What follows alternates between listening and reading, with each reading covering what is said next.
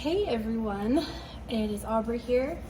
I am back yet again with a kiln opening. Again, this one will be short. It's got some bigger items in it, so I can't fit as much in the kiln. But this is either going to be my last or maybe one more kiln opening before next weekend, the 8th, for the show. So I plan to take some pictures and videos of the process at the festival. It's a festival. Just to kind of show you guys what it looks like and maybe some of the questions that get asked, because this is going to be brand new to me and I'm sure a lot of you are wondering the same thing. So I thought I could share the process and learn from the mistakes I make, and hopefully you don't make those too. So look forward to that. But I'm going to start unloading. So I've got some new coasters, since you guys told me some tips and tricks on how to keep them flat, and I think it worked. It is very flat.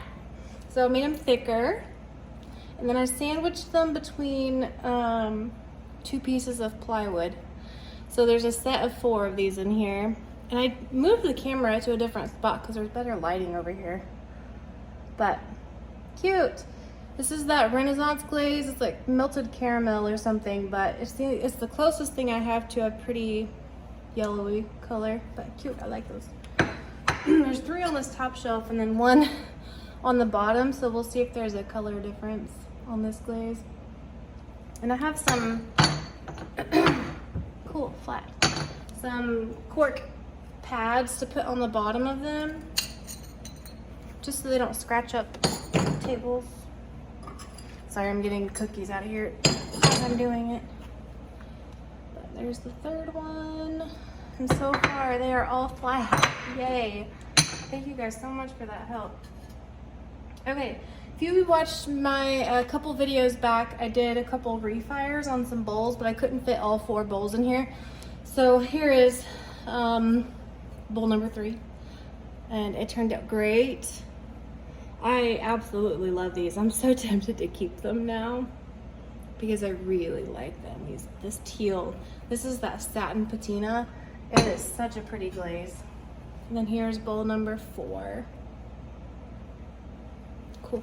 So I've got like this one little drip right here. Maybe I got it really thick, but I'm curious, like, what made it go shiny like that? Just the thickness, or see again there where it was thick, it kind of went shiny. But gorgeous. I love those. They're very rustic. Okay, and that's it for the top shelf, because flat things and big bowls take up a lot of space. And I'll have to go let me grab something real quick.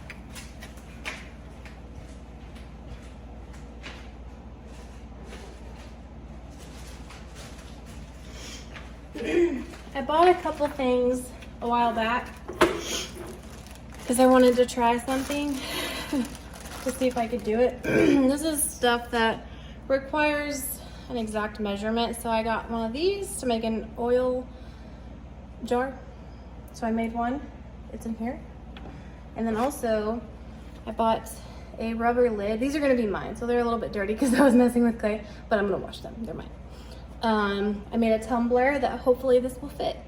So those 2 things I'm excited for. Let's go ahead and do the oil jar. And I just did white. Oh my goodness, yay. So I've been testing my dipping Mako white gloss. I had some really poor results with it. I guess it still crawled a little bit right there, maybe where it got really thick. So where it's not too thick though, it looks great. Look at that. Finally, this is a speckled clay, which is why it's speckled. And this had a crack because I dried it too fast because I'm in a hurry right now. But I know it's mine, so if it probably will leak. But this was a test, so the next time I make one, it's gonna dry a lot slower, so no cracking. I'm still gonna test it because if it works, I'm keeping it. But okay, Moment of truth. The hole's too big. So I measured it. So weird. I measured like the width of the widest part on this because I knew it would shrink, right? So that surely one of these little stoppers would plug it up, but it's too big. Like, that's not gonna work. So I've got a really pretty nothing, but it happens. I learned, so I'm gonna make it smaller than that next time. This clay doesn't, I'm not too familiar with this clay yet. It must not shrink as much. So we shall try that again and keep that. Next, oh, it dripped. I do use kiln wash on my cookies, but this one's pretty stuck. It's mine again, so I'll get it later, but it dripped and I got some pinholing. Maybe I got it too thick on there. Probably. So you can see it, like, I can get that off, but everything else looks good. It's a pretty glaze. I got like a bubble there somehow, which it's sealed. And then there's one pinhole right there. Let's see. Oh well, I'm still gonna try this second moment of truth. I'm not sure how these are like one size fit all. And I'm not sure how it's supposed to fit in there. It's too big as well. So I didn't measure that right either. Okay, back to the drawing board. It's still a cute tumbler if I can get the cookie off, and it will be mine because I wanted something with that teal and black. I was hoping those would work. Okay. I had made some bee ornaments with my the same rolling pin that I used for the coasters, and then I was testing my white dipping glaze with these. So I did a 3-second dip in Mako white gloss. Can you focus? How do you get it to focus? I don't know. Anyway, I did a 3-second dip with this one, and it looks pretty good. I think I might need to water down the glaze a little bit more because it crawled a little bit. But what I'm gonna do is I'm gonna get my gold luster and paint the bee gold, and then maybe a tiny bit on the edges of the flowers. I thought it would be kind of like a modern, pretty look. So this other one, I think it's falling. Okay, this other one, I dipped for 5 seconds. So the first one I dipped for 3, and this one I dipped for 5. And there's more crawling. It looks about the same. There's just a tiny bit more crawling on there, but yeah, they look pretty much identical. But I'm gonna do the same thing on this one. And these are just ornaments, so if someone's okay with that crawling, they can have it, they can buy it. Yeah, they're really cute though. I like them. Pretty, pretty. I'm ready for my white stoneware back though. They were out of stock. And the speckles are really cute, but I don't want them on everything. I don't want them on everything. Okay, here's the last coaster. And that glaze looks exactly the same from both shelves. So cool, a nice set of 4 of those coasters. And I made some, okay, so the last two pairs of things in here are some berry bowls that I made. And so this one, I've got the berry bowl and then the little dish to put under it to catch the water. So I did winter wood. I dipped winter wood, and then I did 3 coats of blue rutile along the top, kind of in a wavy pattern. And then I dolloped some white flux along the rim. I think I like the stone denim better in this application. I did a colander in the past with this combo. And this is also speckled clay, which makes a difference. But I think I like the stone denim better. It holds its color better than the blue rutile. Very pretty though. Somebody's gonna love that. Cute, cute, cute. The blue rutile is very gorgeous. If you can get it, if I can get a where it's like pooled, that's a beautiful blue color.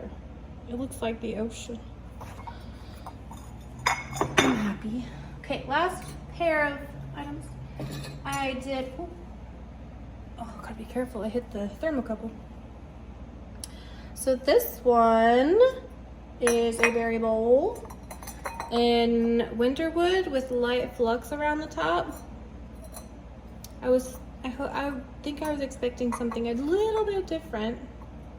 Still gorgeous. I'm not gonna be able to do anything with this one. It's got some crazing. I see one piece of crazing, but if it's crazing there, it's crazing elsewhere. I don't know if you can see it. It's like right above the glove. It's there. So we'll see what happens with that. And then also, it cracked in there. So if you can see, let me put that down. Where'd it go? Right here, above my glove, you can see the crack. So again, I probably just dried it too quick. I didn't see that crack when I glazed it, so it happened during the glaze firing. There must have been some moisture left in there or something. But I can still use it.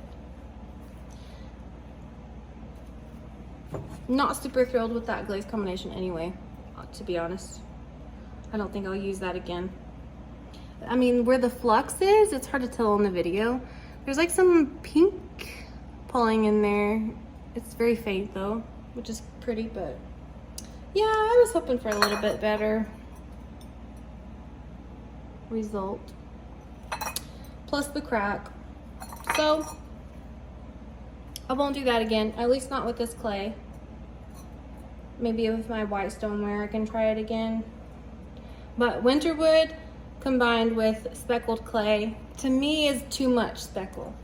So we will hold on to that glaze until I have more clay. So that was the bottom. That was it. I have some Christmas cookie plates that I'm gonna be firing, and you can't tell what's underneath the clear here, but it's got a sandbow reindeer decal on there, and then I've got 4 different ones. I got 2 green, a red, and then a blue, and the colors match what's on the decal, so it'll be cute. It is gonna be a Santa's cookie plate. And then I'll show you guys, because why not?